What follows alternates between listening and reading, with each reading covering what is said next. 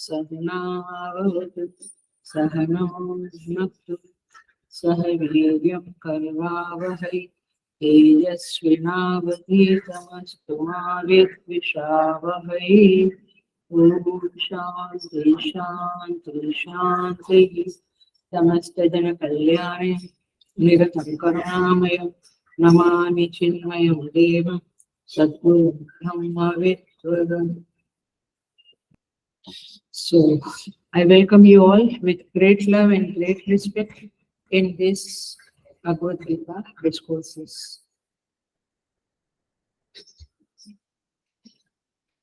हम 7th chapter आज पूरा करेंगे. We will chant sloka number 26 to 30. Chapter 7.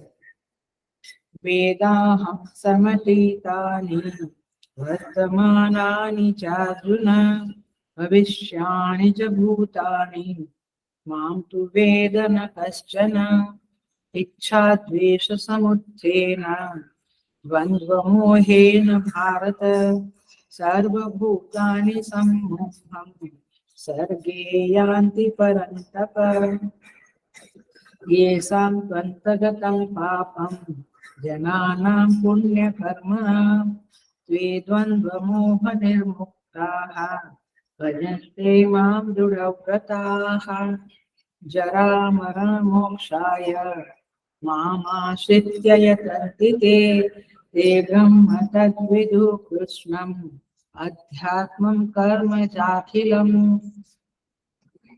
साधिभूताधिदैवं मां साधियज्ञं च ये विदुः प्रयाणकालेऽपि च मां ते विदुर्युक्तचेतसः। ॐ तत्सदिति श्रीमद्भगवद्गीतासु उपनिषत्सु ब्रह्मविद्यायां योगशास्त्रे श्रीकृष्णार्जुनसंवादे ज्ञानविज्ञानयोगो नाम सप्तमोऽध्यायः।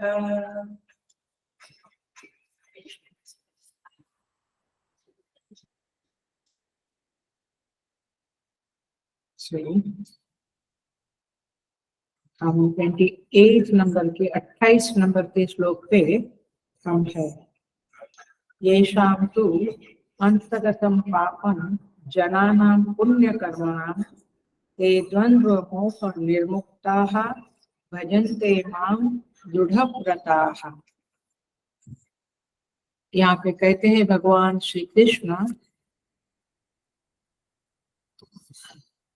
अपने को भजने वाले भक्त के लक्षण कहते हैं। तू माने परंतु, पुण्य कर्मणाम माने श्रेष्ठ कर्मों का आचरण करने वाले, येषाम जनाना जिन पुरुषों का पापम अंतगतम पाप नष्ट हो गया है, माने जो पुण्यकर्मी लोग हैं जिनके पाप नष्ट हो गए हैं, वे द्वंद्व मोह निर्मुक्ताः, वे रागद्वेष अथवा इच्छा द्वेष के द्वंद्व रूप मोह से मुक्त हो गए हैं। दृढ़व्रताः दृढ़ निश्चयी हो गए हैं। माम भजन्ते ऐसे भक्त मुझे सब प्रकार से भजते हैं। सिंपल ये है, पुण्य कर्म करने वालों के पाप नष्ट हो गए हैं, हो जाते हैं, और वे द्वंद्व और मोह से, रागद्वेष रूपी द्वंद्व और मोह से मुक्त हो जाते हैं और फिर मेरा भजन करते हैं। तो भजन कौन करते हैं? भगवान के जो भक्त है वे भजन करते हैं। बट वे भक्त कैसे है? जिनका पाप नष्ट हुआ है, जो लोग पुण्य कर्मा है और उसके कारण जिनके मोह और द्वंद्व नष्ट हो गए हैं, ऐसे दृढ़ निश्चयी भक्त लोग मेरा भजन करते हैं। ब्यूटीफुल श्लोका। देखते हैं।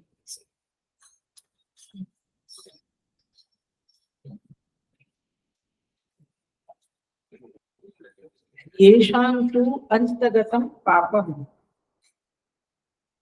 जिनके पाप अंतगत माने समाप्त हो चुके हैं। इसका अर्थ क्या हुआ? उनके आचरण में निषिद्ध आचरण कम हो गया है। जिसको शास्त्रों ने निषिद्ध कर्म कहा है, वैसे कर्म इन लोगों के जीवन से बहुत कम हो गए हैं। दे डोंट डू निषिद्ध आचरण ऑलमोस्ट। इसका मतलब क्या हुआ कि उनकी जो वासनाएं पाप करवाती थी, निषिद्ध आचरण करवाती थी, वे वासना भी कम हो गई है, निर्बल दुर्बल हो गई है। क्योंकि वासना यदि स्ट्रॉन्ग है, सबल है, तो फिर वो चित्त को मथ कर, माने वो जबरदस्ती साधक से पाप करवा लेती है। तो इसीलिए हमने जाना कि ये कर्म अच्छे नहीं, ये कर्म अच्छे है, तो फिर हम जानते हैं, यदि हमने जान लिया कि ये कर्म अच्छे है, ये कर्म बुरे, तो जानने मात्र से हम कंट्रोल नहीं कर पाएंगे। यदि हमारी वासनाएं बहुत भरी पड़ी है और स्ट्रॉन्ग है, तो फिर हम किसी भी हालत में निषिद्ध आचरण से बच नहीं सकते हैं। निषिद्ध आचरण समझता है ना? झूठ बोलना, सत्यम वद कहा, झूठ बोलना निषिद्ध आचरण है। निंदा करना निषिद्ध आचरण है। नेगेटिव थिंकिंग किसी के बारे में करना निषिद्ध आचरण है। आलस्य, हेट्रेड, ये सब निषिद्ध आचरण है। ये कौन करवाता है? हमारे अंदर की वासनाएं करवाती है। इसीलिए पापम अंतगतम, जिसके पाप खत्म हो चुके हैं का अर्थ है जीवन से निषिद्ध आचरण कम हुआ है और वासनाएं भी कम हुई है। ठीक है, अथवा कहो निर्बल हुई है। तो वासनाएं निर्बल होती है तो फिर हम उस पापज आचरण करने में उसे रोक सकते हैं, माने हमारा वश चलता है। वी कमांड द वासनास नॉट टू गेट अप, माने आपको, यू कैन नॉट डू, आप मुझसे वासनाओं को आप कह सकते हैं कि आप मुझसे निषिद्ध आचरण नहीं करवा सकोगे, शट अप। तो इस तरह से फिर उसका उपद्रव कम हो जाता है। लेकिन वासनाएं प्रबल है तो मना करने पर भी वो आपको, चित्त को मथ डालेगी और आदमी बेचैन हो जाता है, बड़ा धर्म संकट में आता है, क्योंकि वो जानता है कि ये निषिद्ध आचरण मुझे पाप दिलवाएगा। लेकिन फिर भी, और उसके बाद करने के बाद उसे पश्चाताप भी होता है और वो जानता है कि मुझे बहुत गिल्ट फील होगा, फिर भी वह वासनाएं प्रबल है तो आपसे पाप करवा ही लेती है। और ये कोई लेक्चर नहीं है, ये हमारे जीवन में हम स्वयं देखते हैं।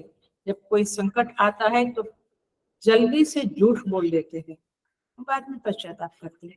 साधक है तो पश्चाताप करता है, साधक नहीं तो कोई फर्क नहीं पड़ता है। इसीलिए यदि हमें विवेकशील बनना है, धर्मात्मा अथवा धर्म पालन करना है, धर्मात्मा बनना है, अथवा शास्त्रों का चिंतन करने के लिए सामर्थ्य चाहिए, तो क्या करना पड़ेगा?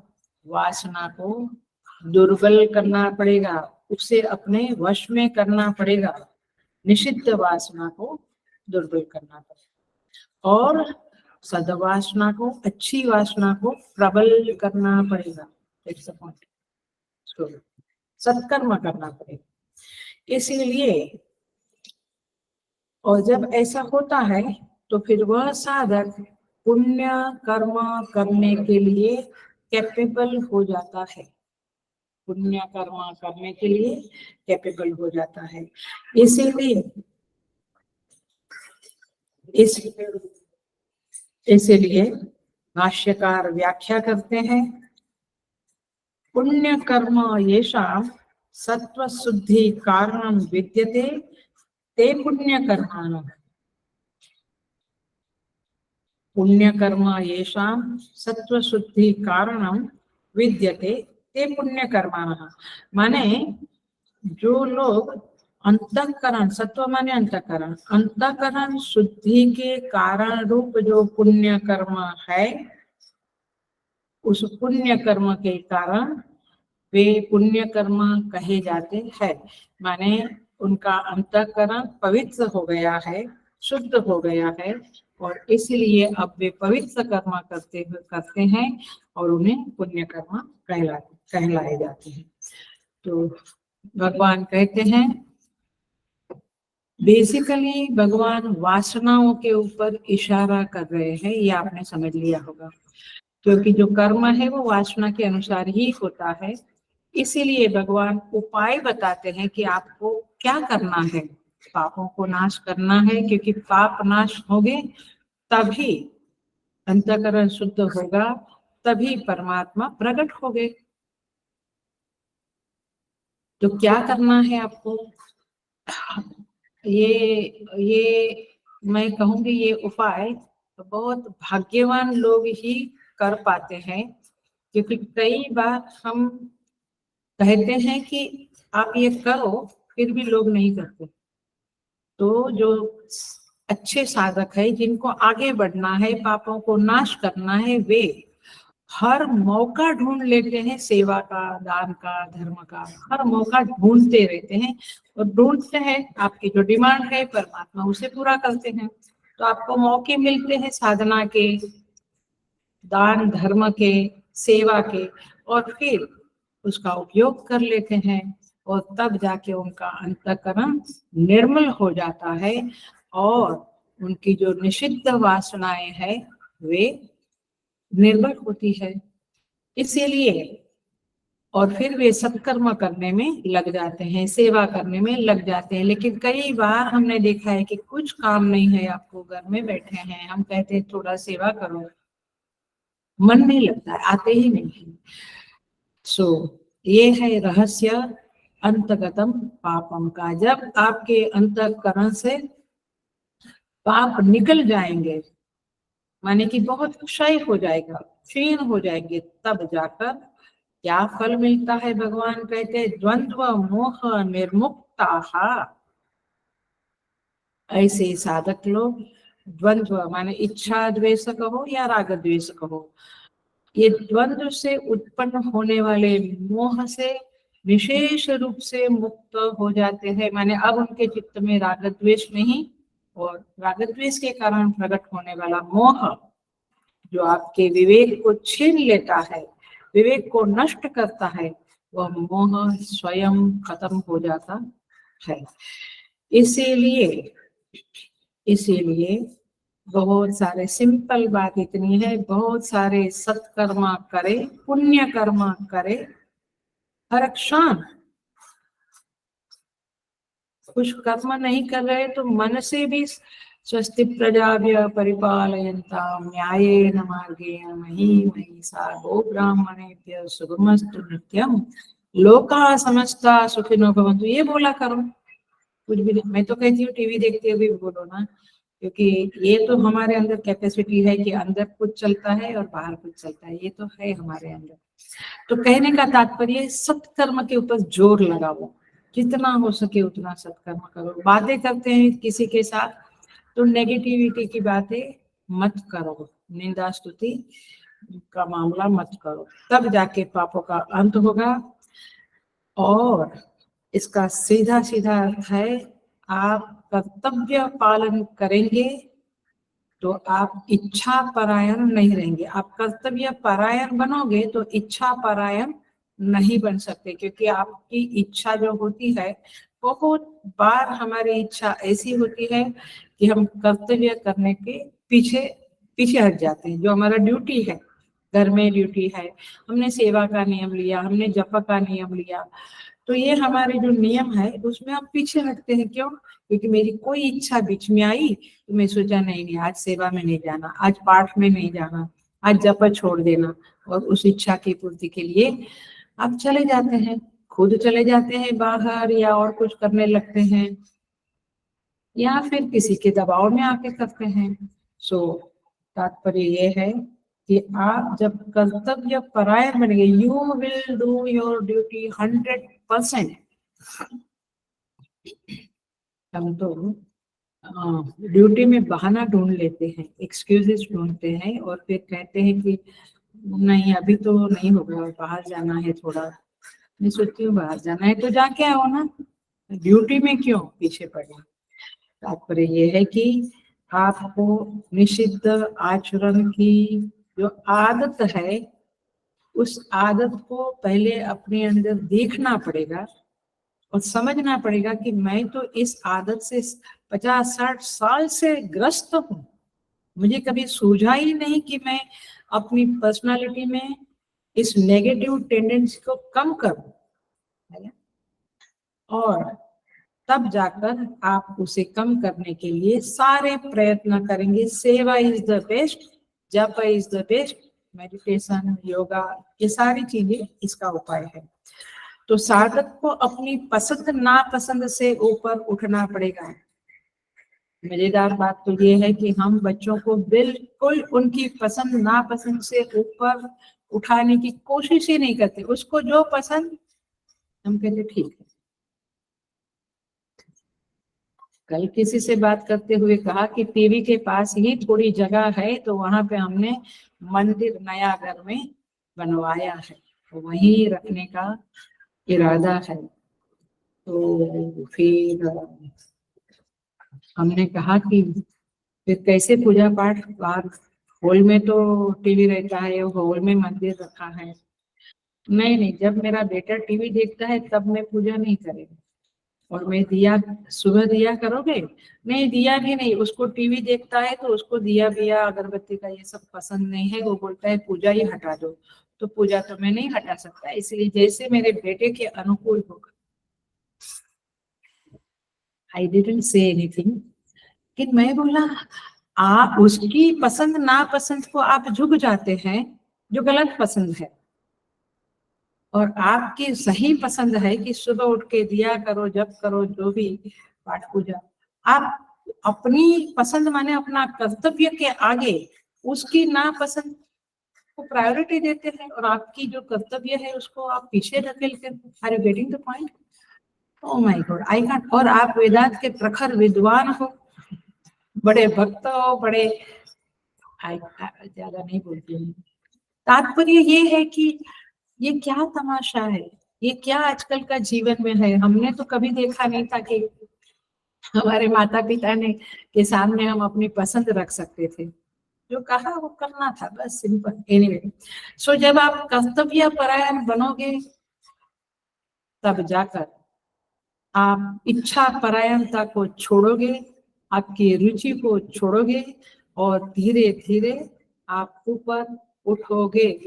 ये सुवर्ण वाक्य है। कर्तव्य परायण जीवन जीना है कि इच्छा परायण, और घर माने जो गलत काम होता है उसको झुक कर जीना है। माने अब दूसरों की गलतियों को कुछ ना बोलते हुए जीना है।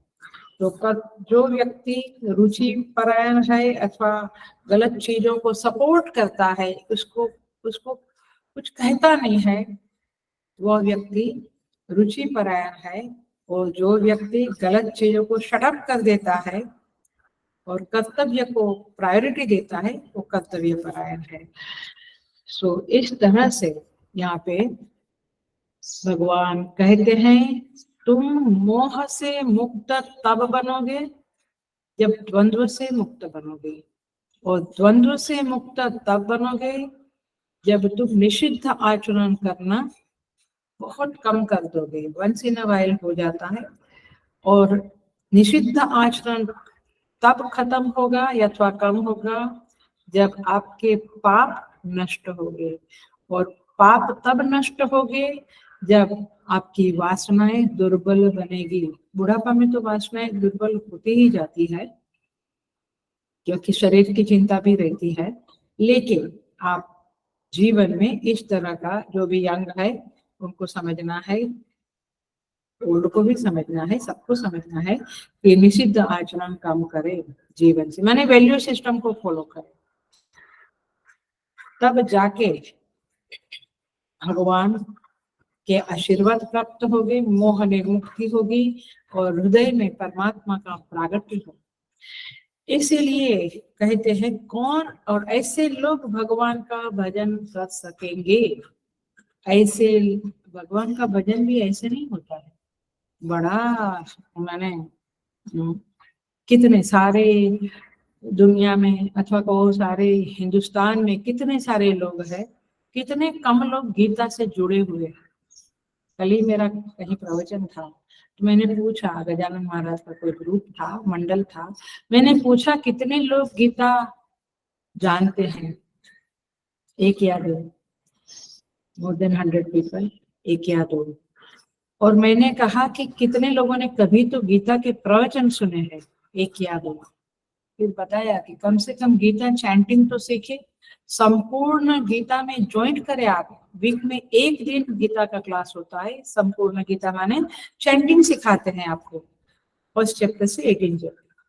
लेकिन रुचि नहीं होती है, क्यों? क्योंकि आपका बहुत समय, और ऐसा नहीं कि जॉब वाले हैं, जॉब भी नहीं है, घर में ही रहते हैं, फिर भी रुचि। तात्पर्य यह है, रुचि तब होगी जब आपके जीवन से निषिद्ध आचरण कम होगा। आप ये मत सोचना मैं तो कोई पाप थोड़े करता हूँ, मैं चोरी थोड़े करता हूँ, मैं मर्डर थोड़े करता हूँ। नहीं नहीं, वो तो बहुत जघन्य पाप है। पूरे दिन में काफी कुछ पाप हो जाते हैं। मन में भी नेगेटिव सोचा तो पाप है, झूठ बोला पाप है, गप्पे मार के समय बर्बाद किया पाप है, कर्तव्य करते समय आलस किया पाप है। आप क्या समझते हैं पाप माने? इसीलिए यहाँ पे कहते हैं कि मोह जो है, जो परमार्थ ज्ञान की उत्पत्ति में बाधक है, उससे मुक्त होना है। तो सीधा सीधा समीकरण है, निषिद्ध आचरण बंद करो, तब जाके हृदय में वो परमात्मा प्रकट होगा। भजन है ना, राम जन्म के समय में क्या बोलते हैं, मेरी झोपड़ी के भाग जग जाएंगे, राम आएंगे, राम आएंगे, मैं अंगना सजाऊंगी, दीप जलाकर दिवाली मनाऊंगी, मेरे जन्मों के पाप सारे मिट जाएंगे, राम आएंगे, आएंगे आएंगे राम आएंगे। कब राम आएंगे? कब मोह मिटेगा आपके जीवन से? ये भजन तो बहुत प्यारी चीजें होती हैं। मैं तो बचपन में बहुत, हमारे घर में डेली भजन होता था। तो भजन माने पाठ नहीं है, पाठ is a different and bhajan is a different. मुझे बचपन में भजन मिले, अभी पाठ मिले हैं। अभी डेली पाठ होते हैं हमारे मंदिर में, हमारे आश्रम में। पता नहीं, मैं बहुत बार बोली भी होगी, आप लोग बोल भी होंगे कि एक की एक बात करती है अम्मा, लेकिन मुझे बहुत दुख होता है कि कैसे लोग शाम के समय में जब संध्या ढलती है और बिल्कुल बाहर का वातावरण अनुकूल है, कम से कम दिया बत्ती करते हैं काफी लोग, मैं जानती हूँ, लेकिन पाठ किए बिना, भजन किए बिना, आरती किए बिना कैसे लोग रहते हैं? समझता ही नहीं। कभी शाम को कुछ काम से फोन करते हैं तो कहते हैं कि बाहर है। बाहर क्या करते हैं? घर में बैठ के पाठ करो, भजन करो। एनीवे, ये कहते हैं कि जन्मों के पाप मिट जाएंगे, भजन में कहते हैं। और इधर कहते हैं तू अंतगतम पापाहा। तो क्या है? राम आएंगे। राम आएंगे माने हृदय में राम का प्रागट्य होगा, उस परमात्मा का आविर्भाव होगा, तब जाकर भजनते माम दृढ़ व्रताहा। भगवान यहाँ पे कहते हैं कि मेरा भजन करेंगे दृढ़ व्रताहा। ये लोग रेगुलर साधना करने वाले लोग हैं, ये मेरा भजन करेंगे। तो भगवान का भजन पाप है तो नहीं हो सकता है। इसीलिए तो हमारा ऋतु इतना बड़ा है, 700-800 लोग है, 10 लोग 15 लोग आते हैं। ऐसा नहीं कि सब लोग अपने अपने घरों में भजन करते हैं, गप्पे मारते हैं गार्डन में, इधर उधर देखते हैं, बिल्डिंग के नीचे बैठे हुए होते हैं। बड़ा दिल जलता है कैसे हमारा माने क्या बोलेंगे, दुर्बल प्रारब्ध है कि अंग्रेजों ने ये सब हमारे जीवन से निकाल दिया उनके शासन काल में। परंतु करना चाहिए, अभी हमें करना चाहिए। सो तब जाके वो प्रागट्य होगा, तब जाके भजन की वृत्ति होगी। क्योंकि गोस्वामी तुलसीदास जी महाराज कहते हैं, पापवंत कर सहज स्वभाव, मोर भजन ते ही भाव न काबू। क्या बोलते हैं? मोर भजन ते ही भाव न काबू। पापवंत लोगों का स्वभाव होता है कि उन्हें मेरे भजन गीता चैंटिंग करना पसंद नहीं आता है, स्तोत्र पाठ करना, आरती करना पसंद नहीं आता है। तो मैं कभी बोलना नहीं घर वालों को, नहीं तो बोलेंगे आपकी अम्मा को मुझे बहुत सारी बंधुआएं मिलेगी, बोलते क्या सिखाते हैं, ये जबरदस्ती करती है मेरे ऊपर। जो गोस्वामी जी लिखा है, तुलसीदास जी महाराज महान संत थे, उन्होंने जो लिखा वो सही होता है। सो यहाँ पे कहते हैं दृढ़ व्रताहा, ऐसे दृढ़ व्रत वाले लोग हैं जो निषिद्ध आचरण को जीवन से हटा देने के प्रयत्न करते हैं और सत्कर्म करने के लिए प्रयत्न करते हैं। तो ऐसे लोगों का, इसलिए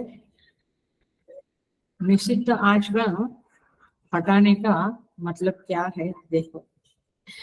सूरदास जी कहते हैं अपने भजन में, अब मैं नाचो बहुत गोपाल, मैं बहुत नाचा, मैंने बहुत भांगड़ा किया और बहुत डांस किया। काम क्रोध को पहिर बोला, काम और क्रोध का झबला पहनकर कंठ विषय की माल और गले में विषय रूपी माला डालकर मैं बहुत नाचू। नाचने वाले बोलते हैं ना, गले में ये रहते हैं गहने या हार और टिपिकल ड्रेस रहता है। तो इधर तो कहते हैं सूरदास जी कि मैं तो वहाँ हारमोनियम तबला रहता है, तो मैं तो हारमोनियम का सुर और तबला के ताल के ऊपर बहुत नाच रहा। और क्या है उसमें? काम क्रोध को पहिर जी बोला, और काम क्रोध का ड्रेस पहन के मैं बहुत नाचता हूँ। तात्पर्य ये है, आप निषिद्ध आचरण को छोड़ेंगे तब जाकर आप भजन कर पाएंगे। हेलो, क्योंकि निषिद्ध आचरण माने राग द्वेष के झमेले में पड़ना, उस झमेले में हम कर्तव्य भी भूल जाते हैं और भजन तो बहुत दूर की बात हो जाती है। तो भगवान कहते हैं माम भजनते, भजनते का सीधा अर्थ है मुझ में रमन करते हैं, मुझे ही रात दिन देखते रहते हैं, सुनते रहते हैं और आत्म रमन करते रहते हैं। देखिए क्लासिक एग्जाम्पल है दृढ़व्रता शब्द का अर्थ हम देखें तो पुराने समय में प्रहलाद जी को देखिए कितने दृढ़व्रत। ओह माय गॉड, हमें तो जरा सा कंफर्ट जोन से बाहर निकलना पड़ता है तो हमारा व्रत चला जाता है। जरा सा चक्कर आया, आज एकादशी किया, जरा सा कुछ को फटाक से खा लिया, जरा सा आज पैर दुखता है, नहीं मंदिर तक नहीं जाना है, माने कंफर्ट जोन के जरा बाहर आए तो व्रत छूट जाता है। प्रहलाद जी को पर्वत से गिराया, समुद्र में डाला, अग्नि में जलाने की कोशिश की, क्या क्या किया। दृढ़व्रता कौन कहलाएगा? प्रहलाद जी जैसे लोग। उतना ना करें हम, बट थोड़ा तो बाहर निकले कंफर्ट जोन से। मैं बार बार कहती हूँ कि तपस के बिना निषिद्ध आचरण नहीं रुकेगा। लो, लिख लो, ध्यान से सुन लो। तपस जीवन में नहीं है या तपस के लिए आपकी मन तैयारी नहीं है तो आपके जीवन में निषिद्ध आचरण रुकेगा नहीं। क्योंकि जो गलत बातें हैं, गलत सुनना है, गलत काम है, उसे जीवन से हटाने के लिए कुछ तपस करना पड़ता है। मन बार बार उधर जाता है, हम मन को कहना पड़ता है चुप रहो, चलो जप करो, चलो कुछ सेवा करो, चुपचाप रहो। ये एक प्रकार का संघर्ष है साधक का, एक प्रकार का तपस है साधक का। ये जब करेंगे तब होगा। ध्रुव को देखो आप, निकल गया रात। नारद जी बोला जाओ वापस राज्य में। बोला नहीं, अब नहीं, क्योंकि मेरी माँ ने कहा है कि पिता के गोद में बैठना है तो भगवान वासुदेव का, नारायण का ध्यान करना पड़ेगा। तो चले ओम नमो भगवते वासुदेवाय बोलते हुए तप किया। मेरा विश्व का प्याला भेजा राणा जी ने, याद है ना ये पंक्तियां। लेकिन मेरे तो गिरिधर गोपाल और दूसरों ना कोई। ये बहुत कठिन कठिन बातें हैं, लेकिन ये लोग हमारे लिए आइडियल है, आदर्श है हमारे जीवन में। ये इनकी प्रेरणाएं हैं, इसलिए केवल उनकी बातें सुन के चुपचाप नहीं बैठना है, उनसे प्रेरणा लेकर जीवन में कुछ करना है। और इसीलिए गोस्वामी जी कहते हैं, सन्मुख होई जीव जब मोही, जन्म कोटि अघ ना सही तब ही। जब जीव मेरा भजन करने की शुरुआत करता है तो उसके पाप नष्ट होते हैं, उसके पाप नष्ट होते हैं तो जीव मेरी तरफ सन्मुख होता है, माने दोनों परस्पर है। तो इस तरह से यहाँ पे पार्वती जी का भी देखो जो कथा आती है भागवत जी में, शिव जी के लिए तपस करने बैठे तो अगेन नारद जी महान कैरेक्टर है, आ गए और कहने लगे कि अभी तुम छोड़ो, इनके साथ विवाह करना। फिर उनके सारे अवगुण बताते हैं शिव जी के, ये भस्म डाल के नाग सर्प को लपेट के, इसके पास न धन है न कुछ है, बहुत कुछ कहते हैं। पार्वती जी क्या कहते हैं, जन्म कोटि लगी रगर हमारी, बरऊ शंभु नत रहूं कुंवारी। या तो शादी शंभू से करूंगी, शिव जी से करूंगी, नहीं तो कुंवारी रहूंगी, बात खत्म हो गई। ये दृढ़ता लोग है। और इसीलिए यहाँ पे ये बात कहते हैं, भगवान श्री कृष्ण इस शब्दों को डालते हैं क्योंकि आपका भजन ऐसे नहीं होगा। पुण्य बहुत बढ़ाना पड़ेगा, पापों को क्षय करना पड़ेगा, तब जाके भजन होगा, नहीं तो बाधाएं तो आती ही रहेगी। आप क्या समझते, दुनिया में जी रहे हैं और बाधाएं नहीं आएगी? किसी को मानसिक, किसी को इमोशनल, धन की, हेल्थ की, क्या क्या बाधाएं, रिलेशनशिप, क्या क्या बाधाएं आती रहती है। तो फिर सब कभी भजन होगा ही नहीं। इसलिए बाधाओं को आगे बढ़ते हुए, बाधाओं को इग्नोर करते हुए, अथवा उसको सॉल्व करते हुए, उसको डील करते हुए भजन चालू रखो। आगे बढ़ते हैं। भगवान कहते हैं, जरा मोक्षाय माम आश्रित्य यतन्ति ये, ते ब्रह्म तद्विदुः कृष्णम अध्यात्मम कर्म च अखिलम। भगवान कहते हैं, जो मेरी शरण में आकर, माम आश्रित्य, मेरी शरण में आकर, जरा मरण मोक्षाय, जरा और मरण से छूटने के लिए यतन्ति, प्रयत्न करते हैं, वे पुरुष, ते ब्रह्म तद्विदुः, वे पुरुष उस ब्रह्म को, कृष्ण अध्यात्मम, संपूर्ण अध्यात्म को, कर्म च अखिलम, और संपूर्ण कर्म को वेदुहु, जानता है। सिंपल बात इतनी है कि आप क्यों ये भजन करें, क्यों ये निषिद्ध आचरण से रुक जावे, क्यों ना करें निषिद्ध आचरण, उससे मुझे खुशी मिलता है। निंदा करने में बहुत, और इधर उधर का चैटिंग करने में, और बहुत कुछ होता है। झूठ बोल दिया क्योंकि मैं बच गया, अरे तू बच नहीं गया, तू नरक में गिरा क्योंकि तूने सत्य का त्याग किया, तो तू बच गया। ऐसा तात्कालिक लगता है कि हम बच जाते हैं झूठ बोल के। तो इसलिए ये क्यों ऐसा भजन करते हैं, क्यों निषिद्ध आचरण को छोड़ देते हैं? भगवान कहते हैं, वे लोग जरा जरा मरण मोक्षाय, ये मेन मुख्य वाक्य है, जरा मरण मोक्षाय यतन्ति, उसके लिए ये लोग प्रयत्न करते हैं। मतलब क्या हुआ, बुढ़ापा और मृत्यु, इससे छूटने के लिए ये लोग प्रयत्न करते हैं। तो आपको निषिद्ध आचरण क्यों छोड़ना है, अब समझ में आया? जन्म जन्म, या तो फिर पशु पक्षी वगैरह के जन्म मिलेंगे, प्लांट ऐसे जन्म मिलेंगे, वो भी नहीं चाहिए हमें। मृत्यु भी नहीं चाहिए, बुढ़ापा भी नहीं चाहिए, क्योंकि बुढ़ापा तो बहुत भयंकर है, बहुत बीमारियों से घेर लेता है हमें, और कभी कभी बेड रिडन कर देता है, बहुत जबरदस्त भयंकर चीज है। तो फिर आप इससे मुक्त होना चाहते हैं? ऑफ कोर्स मैं चाहता हूँ। तो फिर आप क्या करो, निषिद्ध आचरण को छोड़ दो। एट द कनेक्शन, आप ऐसे कनेक्शन से गीता पढ़ा करो। तो फलश्रुति भगवान बताते हैं, जरा मरण मोक्षाय, ये साधक बुढ़ापा और मरण के चक्कर से मुक्ति पाने के लिए मेरा भजन करते हैं, मुझ में रमन करते हैं, तब जाकर उन्हें वृद्धावस्था और मरण से मुक्ति मिल जाती है। भगवान ये नहीं कहते कि आपको युवावस्था से मुक्ति मिलेगी और शरीर छूट जाएगा आप मेरा भजन करेंगे तो। नहीं नहीं नहीं, आपकी युवावस्था जितने साल रहनी है रहेगी, शरीर भी रहेगा। केवल मरण से आपको मुक्ति, ये जन्म मरण का पुनरपि जननम पुनरपि मरणम पुनरपि जननी जठरे शयनम, ये संसार है बहु दुष्टार है, कृपया पाहि मुरारे। तात्पर्य ये है, आप बार बार जन्म मरण लेते हो, कंटाला नहीं आता? एक का एक सब्जी या एक का एक टाइप का खाना, जैसे रोज डोसा बने, रोज एक ही टाइप की बटाटा की ही सब्जी बने या एक ही टाइप की सब्जी बने, कितने कंटाल जाते हैं।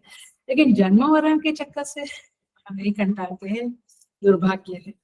सो भगवान कहते हैं, व्यक्ति जरावस्था से बचना चाहता है।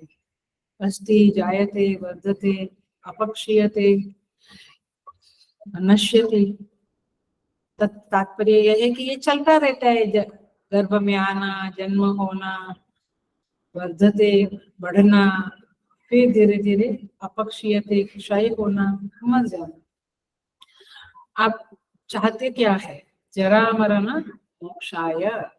भगवान कहते हैं कि जिसे बुढ़ापा से भी डर लगता है, लोग कहते हैं ना भगवान ऐसे ही उठा लेना, मैं सुनती हूँ, फिर मैं कहती हूँ वाह वाह, जैसे तुम कहते हो तो भगवान मान लेंगे, जो लिखा है वो तो होके रहेगा। थोड़ी आपको शक्ति मिलेगी, प्रेयर किया तो अच्छी बात है, और अच्छी भावना भी है कि कुछ ना होवे, लेकिन याद रखना है कि जो होना है वो तो होके रहने वाला है।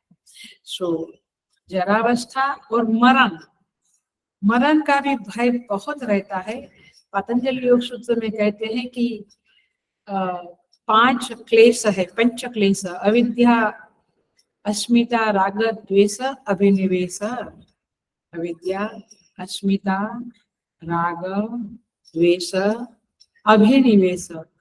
अभिनिवेश का अर्थ है हर एक जीव को मृत्यु का डर एक उम्र के बाद सताने लगता है, और खास करके अपनों का डेथ देखकर तो बहुत ज्यादा ये मृत्यु का डर सताने लगता है, भय लगता है। एक अनिश्चितता मन में होती है, आगे की जर्नी क्या होगी, कौन कौन मेरे साथ होगा, कहाँ जाना होगा, कैसे निकल के बाहर जाऊंगा, पता नहीं क्या अंधकार में भविष्य दिखता है। और इसीलिए साधक लोग, समझदार लोग, विवेकशील लोग जरा मरण से मुक्त होने को निषिद्ध आचरण का त्याग करने की कोशिशें करते हैं। आप समझ में आता है? इधर आप निषिद्ध आचरण छोड़ो, या फिर आप जरा मरण से हमेशा भय में पड़े रहो और जन्म मरण के चक्कर में चलते रहो। सो माम आश्रित्य, भगवान कहते हैं मेरा आश्रय लेकर यत्न करते हैं। इसका तात्पर्य क्या हुआ? भगवान में ही उनका रमन चलता रहता है। They are always thinking of god only. उनके मन में हमेशा जप चलता रहता है, ओम नमः शिवाय या जो भी आपके जप है चलते रहते, रात पूरी रात जप चलता है, क्योंकि आप सोते सोते जप करेंगे तो आप जब उठेंगे तो वो जप चलता रहता, ये हम सबका अनुभव। सो ऐसे परिपक्व साधक लोग माम आश्रित्य, मेरी शरण में रहते। माम आश्रित्य का अर्थ क्या है समझता है? यदेव कुरुते स मंगलाय, स यदेव कुरुते तत् मंगलाय, वे प्रभु जो कुछ भी करते हैं मेरे मंगल के लिए करते हैं। ऐसी भावना, ऐसी श्रद्धा दृढ़ हो गई तो आपकी चित्त में जो खलबली है वो शांत हो जाएगी और आप भगवान का स्मरण करने में संतुष्ट हो जाएंगे। सो देखिए, गीता में क्या कहते हैं सेकंड चैप्टर में, प्रजहाति यदा कामान सर्वान् पार्थ मनोगतान् आत्मनेवात्मनि तुष्टः स्थितप्रज्ञस्तदोच्यते। आत्मनि एव आत्मना तुष्टः, अपने आप में संतुष्ट है ये व्यक्ति। उसके सुख की चाबी जगत के किसी किसी जगह पे या किसी किसी के पॉकेट में नहीं है। समझ में आया? इसीलिए वे भजन करते हैं। संसार में व्यावहारिक धरातल पर लोग भजन करते हैं, भगवान का आश्रय लेते हैं। धन चाहिए, बेटी की शादी होनी है, बेटे का फॉरेन जाना फिक्स करना है, बहुत सारी जगत की चीजें मांगते हैं। लेकिन ये पारमार्थिक साधक है, और पारमार्थिक साधक ईश्वर को जरा मरण मोक्षाय भजता है। जरा मरण मोक्षाय भजता है। दृढ़व्रता, ऐसे लोग दृढ़व्रत कहलाते हैं। यहाँ पे भाष्यकार कहते हैं, मां परमेश्वरम आश्रित्य मत समाहित चित्तः सन् यतन्ति प्रयत्यन्ते। तात्पर्य ये है कि ये समाहित होकर, शांत होकर चित्त को मुझ में लगाते हैं और प्रयत्न करते रहते हैं। ये कैसे समझेगा कि मैं प्रयत्न करता रहता हूँ? देखिए, भगवान भाष्यकार कहते हैं, समाहित चित्ता का अर्थ है नाम रूपात्मक प्रपंच पर उनकी दृष्टि टिकती नहीं है। ये जगत जो है ना, नाम रूपात्मक, उसके ऊपर उसकी वृत्ति जाती ही नहीं है। वृत्ति जाती नहीं है माने चित्त में संसार के विचार आते ही नहीं। उनकी दृष्टि केवल परमात्मा के ऊपर रहती है। वे पूजा करते, फिर पाठ करते, फिर थोड़ा स्वाध्याय करते, फिर थोड़ा डिस्कशन करते, फिर थोड़ा आराम करते, खाना पीना खाते। मतलब ये है कि कुछ ऐसा शेड्यूल बना दिया है। हम लोग जब गुरुकुल में रहते हैं तो ऐसा ही शेड्यूल है, 4-5 क्लास रहती है, भजन रहता है, सुबह वैदिक चैंटिंग रहती है, दिन भर वो 2 साल 2.5 साल तो सुवर्ण काल होता है, क्योंकि चित्त पूरा शास्त्रमय परमात्मा में रहता है। हमारे मिशन में सीनियर सिटीजन के लिए भी एक कोर्स होते हैं, तो दिमाग में रखना, कभी मन हुआ तो जरूर करना। 2 साल का कोर्स होता है। मां आश्रित्य का अर्थ है, देखिए एकदम फाइनल अर्थ बताते हैं, जीवित रहते हुए परमात्मा में चित्त का गल जाना। मनीषा पंचकम में कहते हैं, यस्मिन् नित्य सुखां बुधौ गलित धीहि। ब्रह्म सुख के सागर में जिसकी बुद्धि गल चुकी है, ब्रह्म सुख के सागर में जिसकी बुद्धि गलित हो गई है, माने डाइल्यूट हो गई है। जैसे नमक का गोला पानी में डाला तो नमक गल गया, ऐसे जिनकी बुद्धि गल गई है, ब्रह्मैव न ब्रह्मविद, वो ब्रह्म ही बन जाता है और आत्म सुख में तन्मयता प्राप्त कर लेता है। इसे आश्रित्य कहते हैं, नाम आश्रित्य। ते तद ब्रह्म विदुः, ते तद ब्रह्म विदुः, वे उस ब्रह्म को जानते हैं। कौन से ब्रह्म को? पूरा चैप्टर जो भगवान ने बताया यहाँ पे, पूरे चैप्टर में जो अपना परिचय दिया, उस परिचय के अनुसार जो ब्रह्म है उसे जानते हैं। क्या कहा भगवान ने? भगवान ने कहा कि ब्रह्म तद्विदुः कृष्णम अध्यात्मम अखिलम कर्म, माने अध्यात्म को भी वे जानते हैं, संपूर्ण अध्यात्म को भी जानते हैं, अखिल कर्म को जानते हैं, और ब्रह्म को जानते हैं। ऐसे ब्रह्मज्ञानी लोग हैं और भगवान कहते हैं ये मेरे आश्रय लेकर प्रयत्न करते हैं और माम विदुहु मुझे जान लेते हैं। लेकिन मुख्य शर्त क्या है हमारे लेवल पे? मुख्य शर्त क्या है ये सारे श्लोकों की? निश्चित आचरण मत करो। आप इस लेवल पे साधक के इस पड़ाव पे सबसे पहले निषिद्ध आचरण के ऊपर ऐसी पैनी दृष्टि रखो कि मेरे से एक भी निषिद्ध आचरण न होवे, गलती से भी न होवे, स्वप्न में भी न होवे, जानबूझकर भी न होवे। बहुत अटेंशन या अलर्ट रहना पड़ता है। सो भगवान इस तरह से यहाँ पे कहते, देखिए ब्रह्म को जाना तो अध्यात्म और कर्म को भी जान लिया। ये कैसे हुआ? ब्रह्म को तो जाना, ते ब्रह्म विदुः। तो यहाँ पे आचार्य लोग कहते हैं जैसे पानी को जान लिया, जल को जान लिया, तो तरंग है, बुलबुले है, फेन है, सागर है, नदी है, तालाब है, बादल है, इन सबको हम जान लेते हैं। पानी को, जल को जाना तो ये सबको जान लेते हैं क्योंकि वे उसके कार्य है। तो और कैसे जानते हैं कि ये सब उसके कार्य है? माने, हेलो बिल्कुल अटेंशन देना, माने बादल भी जल है, सागर भी जल है, माने इन सबको देखते हुए जल को देख लिया। आया ख्याल में?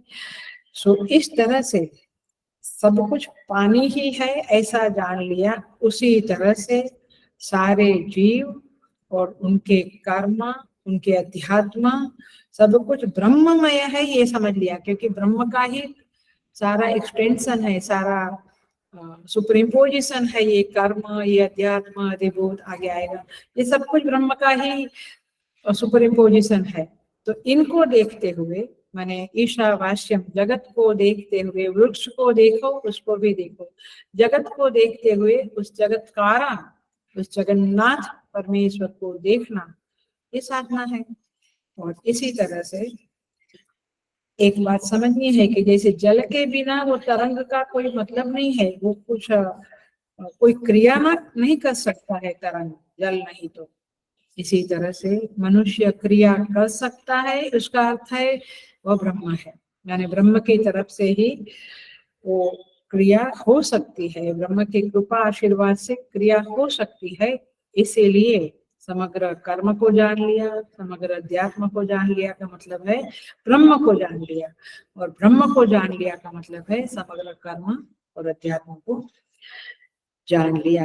क्योंकि कारण ब्रह्म से भिन्न जो कार्य दिखता है वो वास्तव में ब्रह्म ही है, ऐसा हमें समझना है।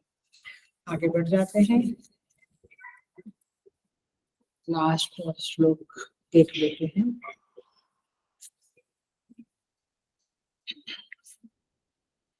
सो 30 नंबर का अंतिम श्लोक है इस चैप्टर का। भगवान अब अपने समग्र स्वरूप को जानने की महिमा का कथन करते, कहते हैं कि ये साधक लोग, यदि आपने मुझे जान लिया, मेरे समग्र स्वरूप के साथ जान लिया, तो फिर उसकी क्या महिमा है, क्या फलश्रुति है, देखो। साधिभूत, संधि अलग कर रही हूं मैं, साधि स अधिभूत अधिदैवम माम स अधियज्ञम च ये विदुः प्रयाण काले अपि च माम ते विदुः युक्त चेतसः।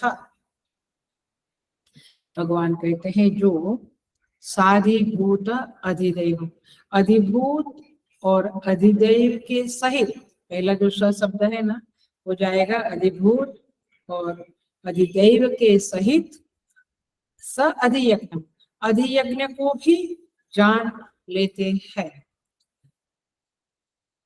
वे, ये विदुः माने अधिभूत, अधियज्ञ और अधिदेव के साथ मुझे जान लेते हैं वे लोग प्रयाण काले अपि, अंत काल में भी माम ते विदुः युक्त चेतसः, वे युक्त चेतस लोग, युक्त चित्त वाले लोग मुझे जान लेते हैं, अर्थात मुझे प्राप्त हो जाते हैं।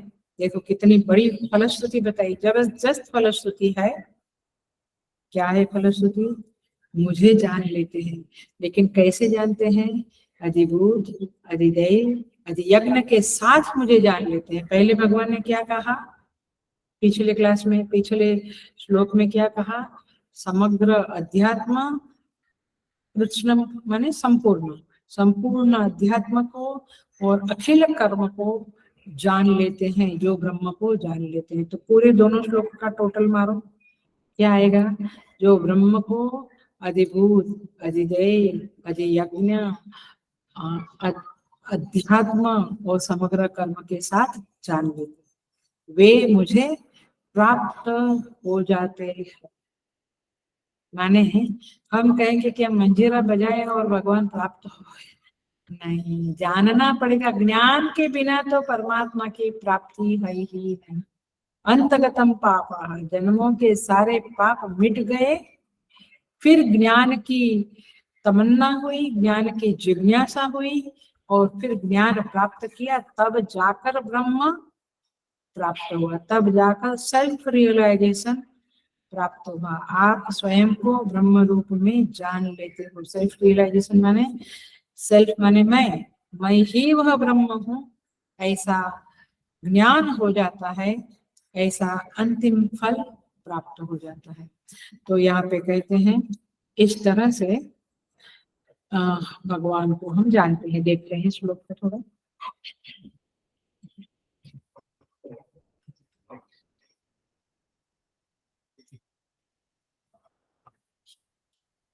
ते दृढ़व्रताः मां आश्रित्य यतन्ति, वे दृढ़व्रत वाले लोग, दृढ़व्रती माने जिसको पक्का है कि मुझे ये परमात्मा को प्राप्त करना ही करना है, ऐसे दृढ़व्रती लोग मेरा आश्रय लेकर मां विदु, मुझे जानते हैं, ये मुख्य वाक्य बना। तो ये साधक क्या करते हैं? अधिभूत, अधिदैव, अधियज्ञ, तीनों स्वरूप के साथ मुझे जानते हैं। अर्थात देखो, कोई कहते हैं कि परमात्मा सत्ता ही अधिभूत है, परमात्मा सत्ता ही अधिदेव है, परमात्मा सत्ता ही अध्यात्म है, परमात्मा सत्ता ही अधियज्ञ है। इस तरह से इसने जान लिया। इसके सहित जानना माने क्या?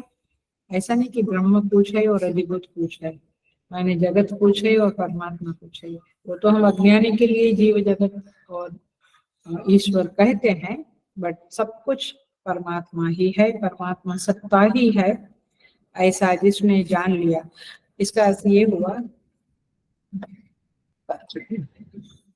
इसका अर्थ ये हुआ कि आप केवल अध्यात्म को नहीं जानते हैं। मतलब कई लोग साधना करते हैं ना, मुझे बताते भी है कि मैं पूछती हूँ आप ध्यान में क्या करते हैं? मैं केवल देखता रहता हूँ। I am seeing the thought flow of my own, मेरे विचार के प्रवाह को मैं देखता रहता हूँ। अच्छा, ये एक स्टेज है, लेकिन क्या आप उस देखने वाले को देखते हैं जो इस विचार प्रवाह को देखता है? क्या उसे आप देखते हैं? माने दृष्टा को देखते हैं। ये दूसरा स्टेप है साधना का, साइड की बात है, बता रही हूँ। या तो फिर दिए की ज्योत को देखेंगे या भगवान के विग्रह को देखेंगे, वो बातें हैं, परंतु उस दृष्टा को देखते हैं। हाँ, कोई लोग कहते हैं हाँ दृष्टा माने मैं साक्षी को देखता हूँ। चलो, दृष्टा के बाद साक्षी शब्द मोर फेमस है। तो वो क्या ज्ञान हुआ? अध्यात्म ज्ञान हुआ। आप वैकुंठ में विष्णु भगवान की या विठला की कल्पना करते हैं, विठल भगवान, विष्णु भगवान बैठे हैं। पहले तो पंढरपुर में ही कल्पना करेंगे विठल भगवान है, फिर थोड़ा समझा तो कहीं वैकुंठ में भी बैठे हैं, इसलिए उसका नाम वैकुंठ पड़ा। तो आप क्या कर रहे हो? केवल अधिदेव की ही उपासना कर रहे हो। आपको समझ में आता है?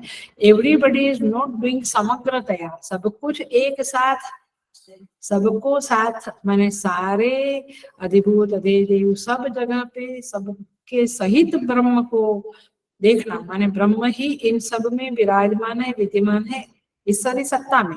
अधिभूत सत्ता माने जगत। कोई लोग जगत में ईशावास्य देखने की कोशिश करते, आप समझ रहे हैं, साधना करते होगे तो समझ में आएगा। कोई कोई कहते हैं मैं जगत में पेड़ को भी, इधर भी, मैं पूछती हूँ कभी क्लास होता था या ऐसे हम लोग मिलते थे तो कि आप क्या साधना करते, तो बोलते मैं जगत में पहाड़ को देखा तो ये ब्रह्म ही है, ये परमात्मा ही है, लोगों को ब्रह्म परमात्मा के रूप में देखता हूँ, थाली को, भोजन को। ठीक है, अच्छी बात है। तो आपने क्या किया, साधी सा अध्यात्म माने कृष्णम अध्यात्म, आपने अध्यात्म को सॉरी अधिभूत को ही देखा, साधिभूत आप अधिभूत को ही देखते हो। आप विठ्ठल विठ्ठल करके पंढरपुर में विठ्ठल बैठे या वैकुंठ में देखते हो या शिव जी को कैलाश में देखते हो, माने आपकी एक कल्पना है। तो फिर वो क्या हुआ, स अधिदेव, अधिदेव हुआ ना देवता का, और जगत अधिभूत है, पंच महाभूतों का पसारा है तो अधिभूत है। और कभी आप दृष्टा को, साक्षी को देखते हो तो आप क्या देखते हो, उसको ब्रह्म के रूप में देखते हो। तो आप केवल अध्यात्म को देखा, या केवल अधिदेव माने लोगों की साधना में इस तरह से एक एक होता है ना, कुछ न कुछ। फिर वे जो जगत को ईशावास्य देखते हैं, फिर वे ब्रह्म वैकुंठ में नहीं देखते हैं, फिर वे अध्यात्म माने दृष्टा की साधना नहीं करते हैं, अधियज्ञ। तो इस तरह से आप एक एक करते, समग्र को नहीं करते हैं। समग्र के सहित ब्रह्म को देखना, ये वास्तव में युक्त चेतस है। और ऐसे लोग जो है वे परमात्मा को, ब्रह्म को जान लेते हैं। कई लोग तो केवल देह को ही अधिभूत मानते हैं। चार्वाक वाले लोग क्या कहते हैं, ऋणम कृत्वा घृतम पिबेत भस्मीभूतस्य देहस्य कुतः पुनरागमनम। ये देह तो भस्मीभूत होएगा तो वापस कहाँ आएगा, इसलिए आप ऋण लेकर घी पी लो। तात्पर्य है कि मजा मजा करो, मौज मजा करो। कुछ ऐसा, कोई कहते हैं पूर्व मीमांसा वाले कर्म ही सुप्रीम है, तो वे केवल अखिलम कर्म को ही देखते हैं। आई बात। पतंजलि वाले दृष्टा, केवल दृष्टा के पीछे पड़े रहते। हर एक व्यक्ति का नहीं, आचार्य का भी एक एक जगह पे निशाना है, माने वे एक एक तरह की साधनाएं बताते हैं। भगवान श्री कृष्ण यहाँ पे कहते हैं, आप मुझे समग्रतया जानो, क्योंकि भगवान का कथन भी क्या, इदम वक्ष्याम्य शेषतः यज्ञात्वा नेह भूयोन्यथा ज्ञातव्यम अवशिष्यते। भगवान कहते हैं, हे अर्जुन सुनो, मैं तुम्हें विज्ञान सहित तत्व ज्ञान को वक्ष्यामि अशेषतः, कंप्लीटली, कुछ भी बचाए बिना कंप्लीटली मैं तुम्हें विज्ञान सहित तत्व ज्ञान को बताता हूँ, मैंने अपना स्वरूप बताता हूँ। यज्ञात्वा न इह भूयः अन्यथा, इसे जानकर यहाँ पे और कुछ भी अन्यथा ज्ञातव्यम अवशिष्यते, और कुछ भी जानना बाकी नहीं रहता है। तो इस तरह से भगवान ने कह दिया कि तुम मुझे जानो, लेकिन कैसे जानो, समग्रतया जानो। समग्रतया माने परमात्मा को सबके साथ जानो। इसका अर्थ ये हुआ हल, इसका अर्थ ये हुआ मैं ही, हल्लो बिल्कुल अटेंशन से सुन लेना, मैं ही चतुर्विध होकर भास रहा हूँ। चतुर्विध माने अधिभूत, अधिदैव, अध्यात्म और अधियज्ञ। ये चार अधियज्ञ आगे समझाएंगे 8वें अध्याय में। ये चारों के चारों मैं ही हूँ, मैं ही इन रूपों में भास रहा हूँ, माने वैकुंठ में भी वही हूँ, पृथ्वी पर भी वही हूँ, दृष्टा के रूप में भी हूँ, अधियज्ञ के रूप में भी मैं ही भास रहा हूँ। मैं बिना परिणमित हुए, सुन लो, मैं बिना परिणमित हुए इन चारों रूपों में विभाव्यमान हूँ। माने ऐसा नहीं कि दूध में से दही बना, ऐसे भगवान में से जगत बन गया, अधिदेव बन गया, नहीं। स्वयं अपने स्वरूप में रहते हुए चारों रूपों में भासमान है। इस तरह से समग्रतया हमें भगवान को जानना है। अब प्रश्न उठता है, भगवान ने ऐसा क्यों कहा? प्रयाण काले विक्रम ते विदुः युक्त चेतसा।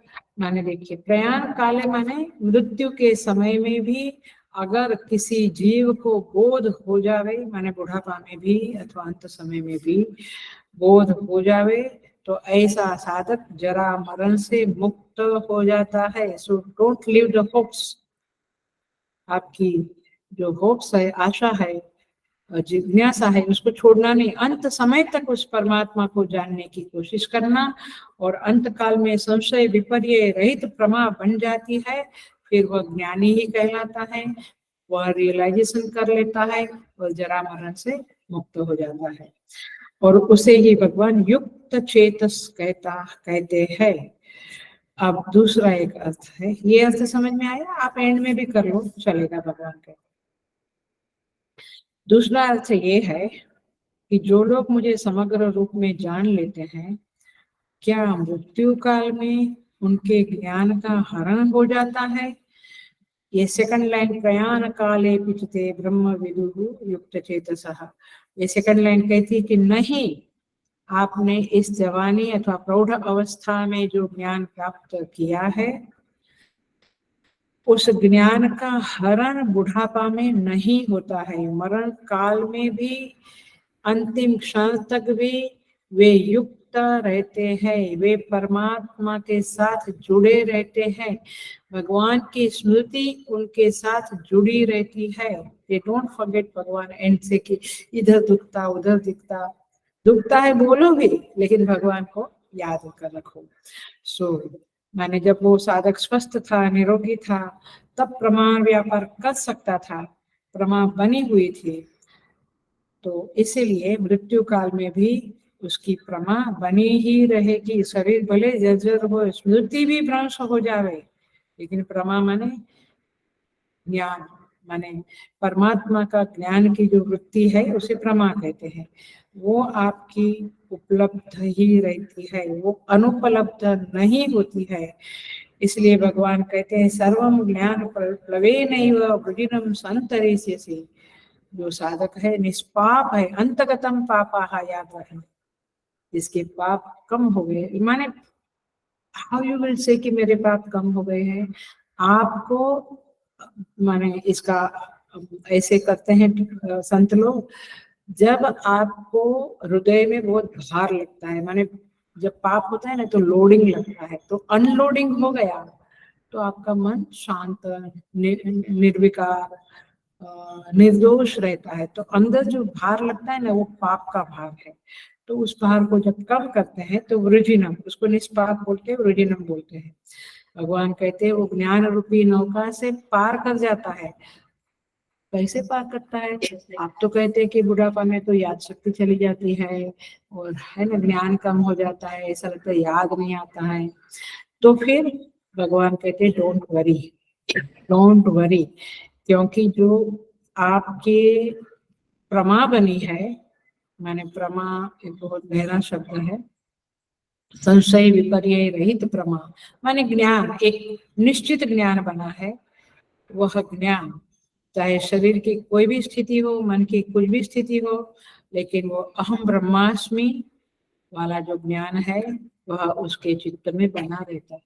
चाहे मतलब कि आप कहते हैं ये रामकृष्ण परमहंस को कैंसर हुआ, रमन दास को कैंसर हुआ, कैंसर होता है तो होता है, वो शरीर का धर्म है, लेकिन उनकी जो स्मृति है, परमात्मा की स्मृति, अहम ब्रह्मास्मि, ये महावाक्य की स्मृति, ये जाती नहीं है। ये कितना बड़ा उद्घोष परमात्मा ने इस 7वें अध्याय के अंतिम श्लोक में कर डाला है। देखो भगवान कहते हैं इसलिए निश्चिंत होकर करो, ऐसा नहीं कि अभी बूढ़ा पाया वैसे भी अभी तो भूल जाऊंगा, तो क्यों गीता के श्लोक बाय हार्ट करूं, क्यों मैं गीता चैंटिंग कंपटीशन में पार्टिसिपेट करूं? करो, क्योंकि जितनी बार आप चैंट करेंगे, बाय हार्ट करना है, चैंट करेंगे उतना चित्त शुद्ध बनेगा। केवल चिंतन करने से शुद्ध नहीं बनेगा।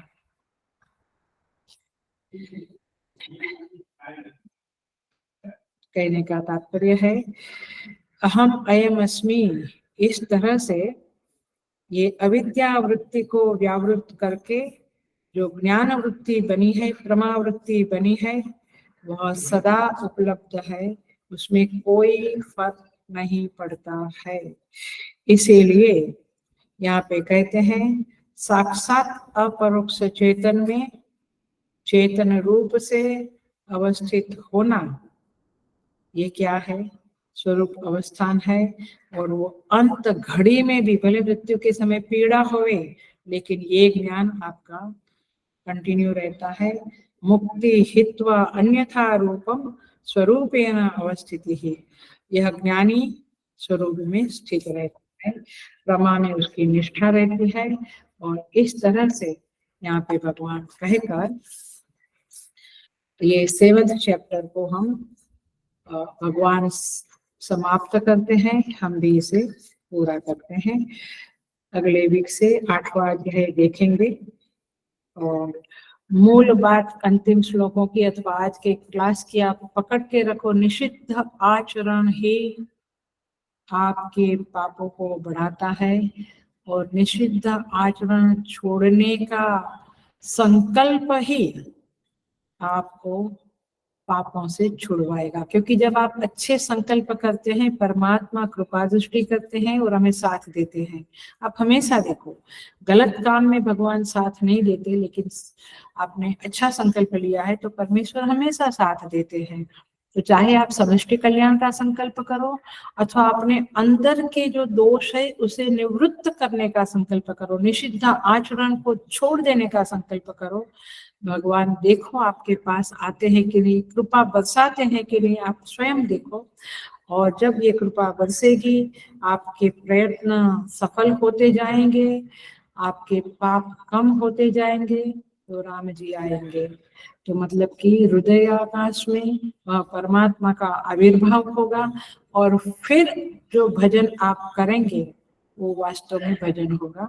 अभी तो हम कोशिशें कर रहे हैं भजन की, लेकिन वो वास्तव में मां भजनते, भगवान कहते हैं मेरा भजन करते हैं। तो ऐसे लोग भगवान का वास्तविक भजन कर सकते हैं। और मृत्यु के समय में भी ये प्रमा, ये निषिद्ध आचरण छोड़ा है तो निर्दोष अंतःकरण को मैली चादर ओढ़ के कैसे जाऊं मैं। तो आप ये मैली चादर को इधर के इधर छोड़ के आप जैसी ज्यों की त्यों धर दीनी चदरिया, जैसी चद्दर माने अंतःकरण और ये सब दिया था भगवान ने, वैसा का वैसा आप उनके चरणों में जाकर रख देंगे और उनके चरणों में स्थान मिलेगा। इसलिए निषिद्ध आचरण का त्याग करके पाप का क्षय करना यही साधना है। ऐसा इस पिछले श्लोकों से 7वें अध्याय के मालूम पड़ता है।